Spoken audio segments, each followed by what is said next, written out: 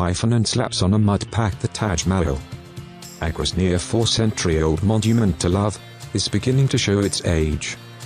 Air pollution is turning its ivory-white surface yellow. The heavily contaminated river Yamuna, on the banks of which the Taj sits, is a breeding ground for insects that leave green patches on its marble domes. The past 2 years have seen a flurry of restoration work to the monument. Built in 1631 by the Mughal Emperor Shah Jahan, as a tomb for his favorite wife, Mumtaz Mahal. Scaffolding around the outer minarets was prominent in the background of photographs when the Duke and Duchess of Cambridge visited India in April 2016.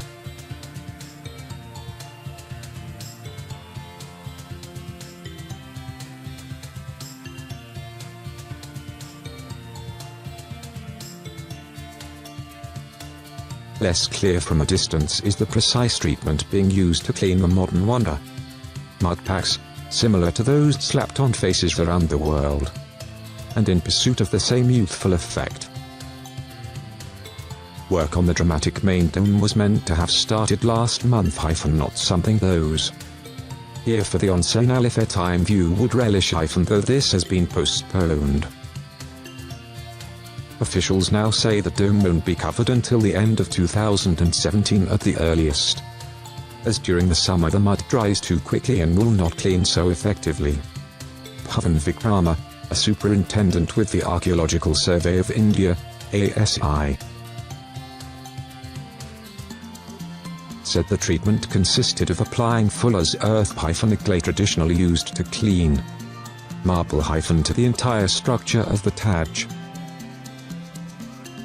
The clay forms a thick paste that absorbs dirt, grease and animal droppings, and is washed off with distilled water, leaving the surface relatively pristine. The process is time-consuming, however. We do this in pieces, in small patches. So far, we have completed 3 minarets and 3 vertical surfaces, Vikrama said. Tourism operators have expressed concerns the treatment might affect tourist demand. India's most famous monument receives 8 million visitors a year. But Vikrama insisted it's business as usual. A small portion of one side is covered and cleaned, then we move on to the next portion. So the entire monument won't ever close. It will be open as normal for tourists, he said. It is inevitable, however,